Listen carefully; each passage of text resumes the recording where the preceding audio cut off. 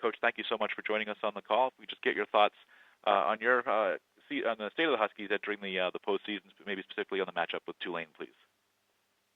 Yeah, obviously, happy with the effort of the group.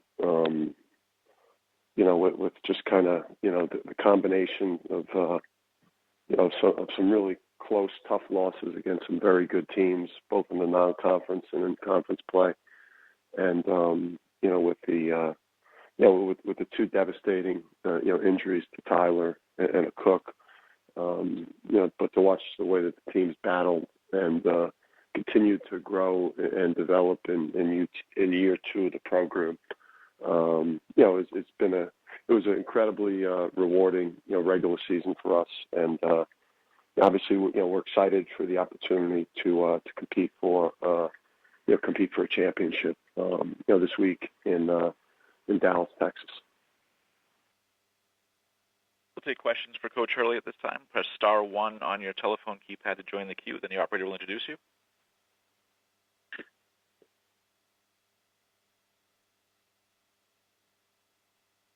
Go ahead with the first question, please. Our first question will come from Dom Amore with the Hartford Courant. Hey, Coach. Good morning. Good morning, Dom. I want to ask, I know you've mentioned year two and what year two should look like, and like you kind of had had it in mind how things were supposed to go. I'm just wondering at this point, have things gotten to the point where they've exceeded your expectations for year two? Is this ahead of where you thought you'd be or hope to be? I would, Dom, great question. Only because of the two devastating injuries and being 10 scholarship players to start things off. So you lose, two starters, our best 3-point shooter and, a player that would have been defensive player of the year in the conference if he wouldn't have gotten hurt in a Cook. And then obviously, Sid hasn't, due to injury and, we've been doing it with 7 guys, and I think from the standpoint of building, program character and a determination, and a will, and a will to win, and to stay in the fight, I feel like, we're further ahead in terms of building that character of a program that is part of culture, and you credit. You credit guys, you credit Christian Vital and Al Tariq Gilbert, Isaiah Whaley, Josh Carlton, the older guys that have really done a great job of bringing along these other, 3 younger guys. Thanks, Dan. You got it. Thank you. Our next question will come from Gavin Keith with New London Day. Good morning, Dan. Thinking back to when you guys were 1-5 in the league, I mean, how possible do you think this turnaround was at that point? Is it just you had coming off some tough losses? Did you think you were getting close? I felt like we were playing really good basketball. I mean, the conference started us off, on the road at Cincinnati and South Florida.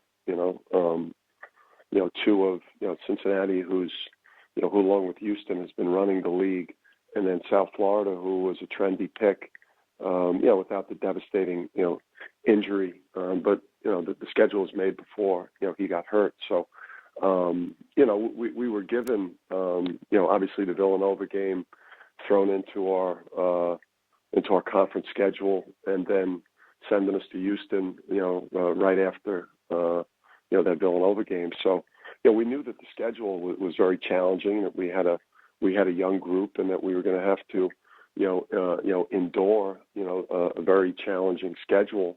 But if we just continued to focus on getting better, growing our young players, and keeping the team together, that eventually we would break through. But we were playing good basketball. We played good basketball at Villanova, at Houston versus Wichita State at home. We were very difficult to beat. We just didn't know how to win yet. was just that maybe that Cincinnati game, winning in overtime, kind of winning a game like that, kind of propel you a little bit? I felt like the game for us, was at Tulsa. I thought that was the game. We still had a cook at that point. We obviously the Cincinnati game, as well. But for me, to go on the road, and in double figure, win against a team that tied for the conference championship, and to win it, in fairly convincing fashion. Was to me when things started to turn for us, and and that was prior to obviously losing Cook. Thanks. You got it. Coach, I'd like to ask you specifically about the matchup with Tulane, obviously a team that you just got off the floor with yesterday. What are some of the challenges of playing a team, twice, back-to-back games like that? And also, can you assess their team a little bit from where they were maybe even a year ago to how far they've come now, even if the standings didn't reflect their increased competitiveness? Yeah, I mean, if you, if obviously you look at records, it doesn't do justice to the job that that Ron's done there. It's night and day in terms of preparing for them, and the competitiveness of what they're putting on the floor. In preparation for them, for the weekend. You're watching their game at Tulsa, where they had I think a 6 or 7 point lead in the second half and a chance to win the game. In the last media, they had chances to beat a good Memphis team at home, as well. I believe they beat Cincinnati, at home, and Ron's excellent. Ron's an excellent coach. He's rebuilt programs before, and they also have Christian Thompson and Lawson and Hightower are three really outstanding offensive players that are incredibly hard to deal with. And then when you got Zhang, who's a little bit of a matchup nightmare at the 5, and and Walker, who plays with tremendous pace and quickness and aggressiveness, they're we'll be locked. We're locked in on those guys from when we woke up this morning. For Thursday's game. Thanks, Coach. Do we have any final questions for Coach Dan Hurley, star 1 on your keypad, if so?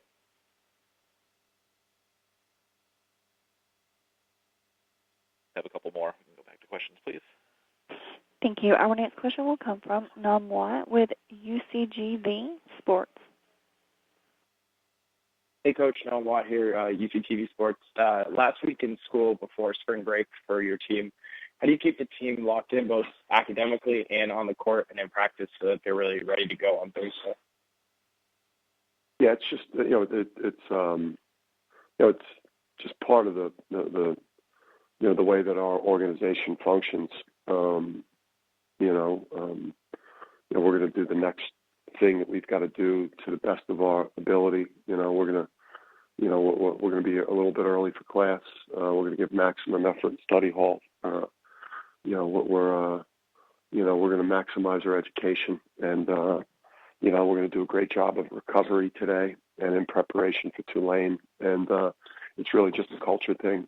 Our guys are beginning to understand how you have to act if you want to be a championship organization. We're not there yet, but that's part of what you have to do when you're rebuilding the program. Thanks, Coach. See you Thursday.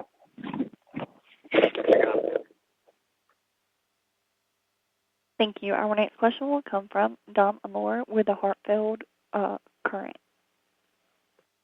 Yeah, thanks. Just one last thing for me. If things go obviously the way you want them to go, you would have to play 4 games in 4 days. And with 7 guys and with the kind of maximum effort that you guys have to put out every game, how do you coach differently, prepare differently for that challenge, opposed to what you've been doing throughout the regular season? Yeah, I just think Dom,